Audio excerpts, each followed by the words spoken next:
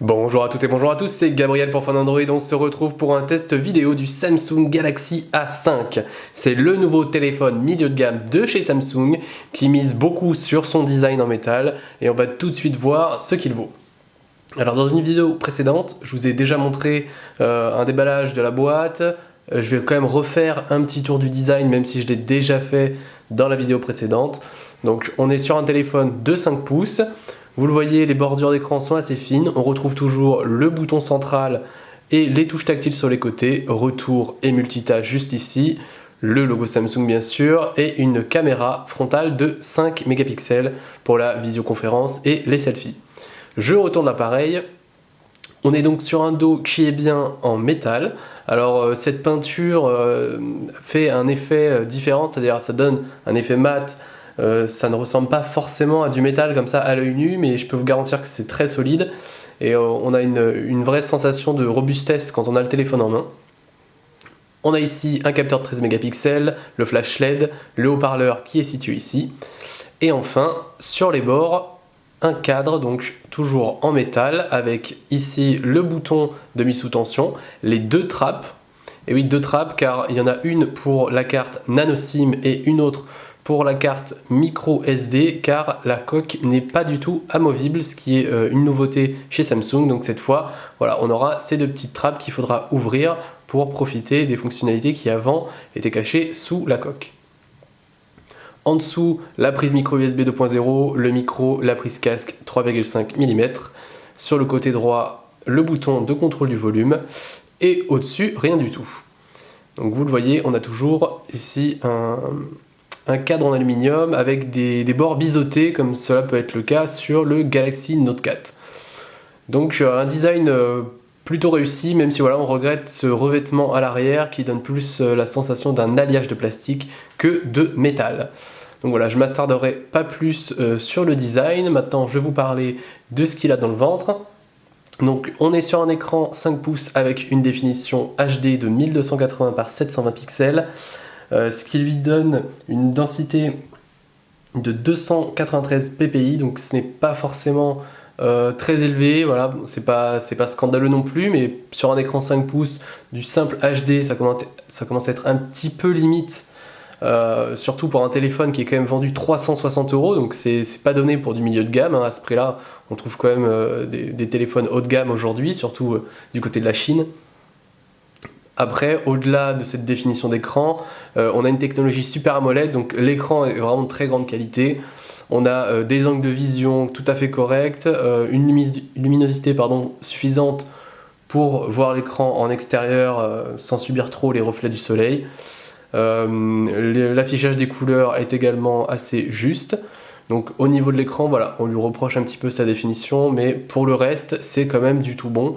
Il n'a pas à rougir, y compris face au haut de gamme de 2014, qui est le Samsung Galaxy S5, comme j'ai pu le comparer dans mon test que vous trouvez sur Fan Android.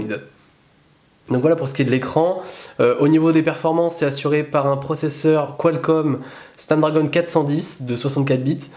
Donc c'est un peu, disons que ça fait le job, l'interface est fluide, vous n'aurez aucun accro, c'est épaulé par 2 Go de RAM, donc de ce côté-là, il n'y a vraiment pas de problème. En revanche, si jamais vous voulez jouer, ça sera une autre affaire. C'est vrai que le téléphone n'est pas, voilà, il n'est pas extrêmement puissant, hein. On peut jouer à pas mal de jeux, mais ça sera vraiment pas dans des conditions idéales. Là encore, je vous renvoie vers le test complet si vous voulez voir tous les benchmarks. On s'intéresse maintenant à l'interface. Alors l'interface, c'est malheureusement du Android 4.4 KitKat. On s'attendait à voir arriver Android Lollipop pour un téléphone qui sort en février, voilà, plusieurs mois après la présentation de Lollipop et surtout après le début du déploiement de cette version d'Android sur les autres téléphones Samsung. On s'attendait à le voir sur ce A5, malheureusement ce n'est pas le cas. Donc bah voilà, on a cette version 4.4 avec TouchWiz qui a été donc un peu retravaillé comme c'était le cas sur le Note 4, donc je pense notamment au multitâche. Vous voyez, j'appuie ici et le multitâche est sous forme de carte, voilà, ce qui est également repris sur Lollipop. On fait comme ça pour fermer les différentes applications. Après pour le reste, on est sur du TouchWiz assez classique, donc il y a un bureau sur la gauche qui est dédié à l'application Magazine UX, qui est géré en fait par Flipboard. C'est un partenariat avec Flipboard, donc qui affiche tous vos flux d'informations que vous pouvez personnaliser. Vous pouvez bien sûr aussi désactiver ce bureau sur le côté là si jamais vous en voulez pas. On continue sur l'interface avec les thèmes. Alors je voulais vous montrer ça. Samsung TouchWiz intègre la possibilité de changer complètement l'apparence de son interface. Donc vous restez appuyé longtemps sur une zone vide du bureau, vous avez les options habituelles, fond d'écran, widget, etc. et les thèmes. Voilà, et vous appuyez dessus et ici j'ai le choix entre 5 thèmes différents qui vont non seulement changer le fond d'écran du bureau, mais également l'écran de verrouillage et aussi les icônes. Donc je vous montre tout de suite à quoi ça peut ressembler. Par exemple là je choisis le thème naturel, je fais appliquer. Et voilà, comme vous le voyez ici, je me retrouve avec le fond d'écran, l'écran de verrouillage qu'on m'a présenté juste avant, le fond d'écran qui a changé et également les icônes. Vous voyez ici c'est S-Planner, là c'est message, ici c'est contact, donc ça demande un petit temps d'adaptation, hein. Vous voyez même l'icône de l'application appareil photo est vraiment différente de ce à quoi on est habitué avec TouchWiz. Mais bon, c'est plutôt sympa voilà, pour ceux qui ont envie un peu de changer tout ça. Donc on a également création, classique, vous voyez, voilà, bon, classique, c'est des thèmes qui sont assez sombres. Moi je vais remettre le Samsung basique, mais bon, voilà, c'est une option qui est plutôt sympa et ça peut changer radicalement l'interface. D'habitude, on voit surtout ça chez les constructeurs chinois, notamment chez Huawei. Après pour le reste, alors toujours le panneau des notifications qui ne change pas. Ici on a les différents raccourcis, on peut bien sûr les éditer, donc voilà, vous appuyez ici, vous appuyez sur le crayon et à vous ensuite de choisir l'ordre dans lequel vous voulez mettre ces raccourcis rapides. Ça c'est du TouchWiz, tout ce qu'il y a de plus classique. Autre point positif de cette interface TouchWiz, c'est que Samsung semble faire un petit retour en arrière pour ce qui est du nombre des applications installées par défaut. Donc il y en a toujours évidemment, mais beaucoup moins qu'avant. Ici vous voyez, on est sur seulement 2 bureaux.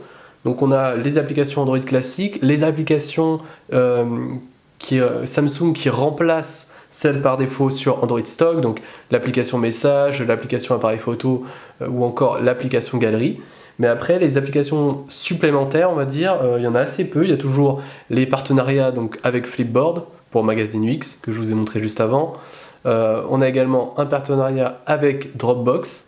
Pour le reste, c'est vraiment très léger. Donc on a toujours évidemment le Galaxy App pour télécharger les applications depuis le store de Samsung, S-Voice qui est activable en appuyant 2 fois sur le bouton central, et la radio FM, ça on apprécie. Donc voilà, je n'ai pas grand chose d'autre à dire sur cette interface TouchWiz, on commence à la connaître, on l'a testée plusieurs fois sur différents produits, on attend juste avec impatience l'arrivée d'Android Lollipop, on est sûr que ça arrivera, après Samsung n'a pas encore communiqué de date. On va enchaîner avec l'appareil photo, alors on est sur un capteur ici de 13 mégapixels avec une ouverture f2.0 et il faut avouer que ce capteur prend de bons clichés. On a été agréablement surpris, donc je vais vous montrer ça tout de suite. Alors ces photos vous les retrouvez sur mon test complet sur phone Android, mais je vais quand même vous en montrer quelques-unes ici. Les images sont assez précises, sont détaillées, le rendu des couleurs est plutôt naturel, les scènes sont très lumineuses, hein, ça c'est grâce à l'ouverture f2.0. Donc vous voyez, ça prend vraiment de bonnes photos pour un téléphone milieu de gamme. Il n'y a aucun problème de ce côté-là. Seule petite difficulté, c'est lorsqu'on se trouve dans des environnements un peu sombres. Donc là vous voyez ici, avec un environnement sombre et un éclairage artificiel, il y a du bruit qui apparaît, hein, ce qui est normal, ça le fait sur tous les smartphones. C'est peut-être pas voilà, le meilleur capteur photo qu'on ait pu tester sur smartphone, mais franchement il s'en sort très bien. Évidemment celui du Note 4 ou du S5 s'en sort un peu mieux, mais c'est normal, voilà, on reste sur du milieu de gamme et Samsung n'a pas vraiment d'intérêt à mettre des appareils photo aussi performants sur ce A5 que sur ces produits qui sont un petit peu plus flagship. Juste pour vous montrer ici le mode nuit, vous voyez là c'est la photo prise en mode automatique, et lorsque j'active le mode nuit, voilà, ça éclaircit la scène. On a un petit peu plus de bruit encore, qui est encore un peu plus visible, mais on voit quand même une nette amélioration au niveau de la luminosité. Alors je vais faire un tour tout de même rapidement sur l'application en elle-même. Donc l'application photo, c'est celle également qu'on connaît chez Samsung. Donc là on capture la photo, là les vidéos, ici les différents modes de prise de vue, dont un mode selfie qui permet en fait de mettre sa main comme ça devant l'appareil et ça enclenche le retardateur et capture la photo, ça vous laisse le temps un peu de vous positionner pour faire votre selfie. Sinon pour les photos classiques, on a toujours les réglages ici. Alors le capteur prend des photos en maximum 13 mégapixels, mais vous le voyez, ça sera des photos 4 tiers, donc il y aura un format un peu carré si vous voulez profiter de ces 13 mégapixels. Sinon par défaut c'est réglé sur 9,6 mégapixels pour un format plus allongé en 16 neuvième, ça prend également de très bonnes photos. Pour ceux qui veulent des réglages un petit peu plus poussés, vous pouvez aller ici, où là on a la main sur la valeur d'exposition, le réglage des ISO, donc là c'est en automatique, mais si vous voulez avoir la main dessus pour régler plus finement la sensibilité, c'est bien sûr possible. On a également la balance des blancs, on a même le mode de mesure, donc ça vous sera très pratique car il n'y a pas de mode HDR par défaut. Donc le mode de mesure vous servira si jamais vous voulez concentrer la lumière à un endroit précis sur la photo. Si vous êtes en contre-jour par exemple, voilà, grâce à ces trois modes de mesure, vous pourrez soit choisir d'accentuer l'ombre sur la photo, ou au contraire de l'éclaircir un petit peu plus pour avoir un rendu homogène. Donc là, il faut s'y connaître un peu plus en photo. C'est vrai que voilà, c'est un peu dommage que l'appareil ne gère pas ça de manière automatique, mais globalement, il prend de très bons clichés. Donc ça, c'est vraiment un des points positifs de ce Galaxy A5. Je terminerai en parlant de l'autonomie. Donc, il faut savoir que c'est une batterie de 2300 mAh qui est intégrée. Donc, c'est pas énorme pour un écran de 5 pouces avec une définition HD. 2300 mAh, ça offre une autonomie de environ une journée. Voilà, pour un usage normal, vous le rechargerez à la fin de la journée.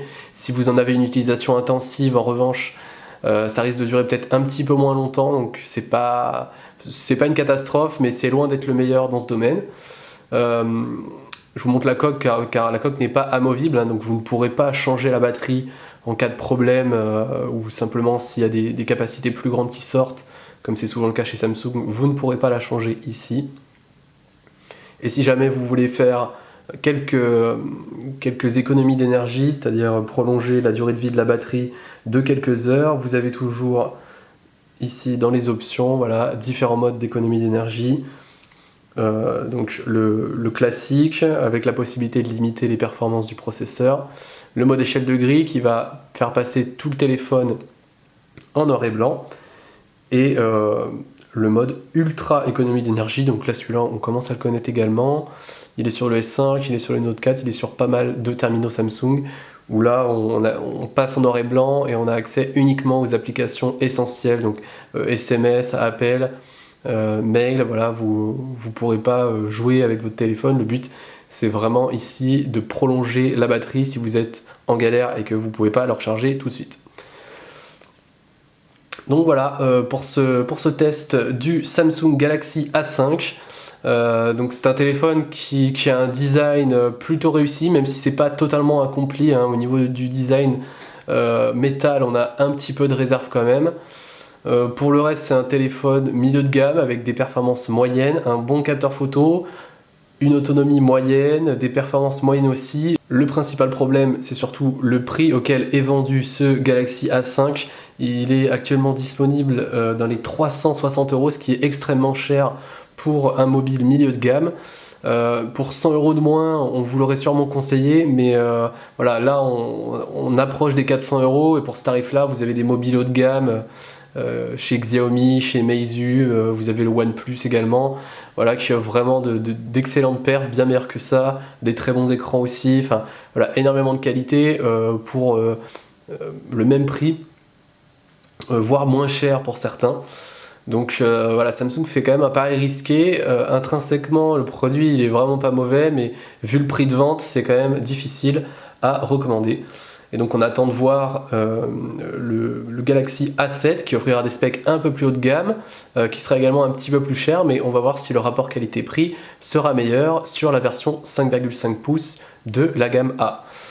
D'ici là, ben, je vous dis à bientôt, merci d'avoir regardé cette vidéo, n'hésitez pas à vous inscrire sur la chaîne YouTube de Phone Android pour voir d'autres vidéos exclues, et on se retrouve très vite sur le site. Merci à tous, ciao.